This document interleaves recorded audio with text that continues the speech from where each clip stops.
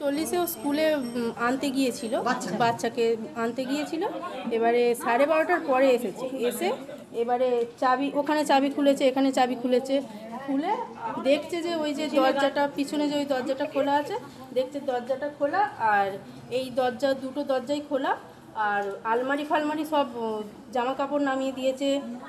তারপর সেই গয়নার বাক্স, টাকা আরে ছিল, মানি ব্যাগে টাকাও ছিল, গয়নার বাক্স আরে ছিল, সমস্ত গয়নার বাক্স হচ্ছে নিচে ফেলে, জামা কাপড় নিচে ফেলে, আর টাকার মানি ব্যাগ আরে ছিল, সব গয়না নেই, গয়না আরে ছিল না, সব বাক্সগুলো সব পড়ে আছে।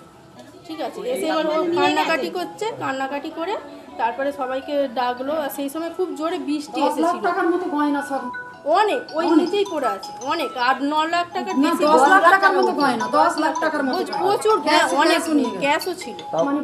আমি ঠিক ওটা বলতে পারবো না, তো থানায় গেছে দিনে 11:40 থেকে ওই ধরুন 12:30 পৌনে 1টার মধ্যে।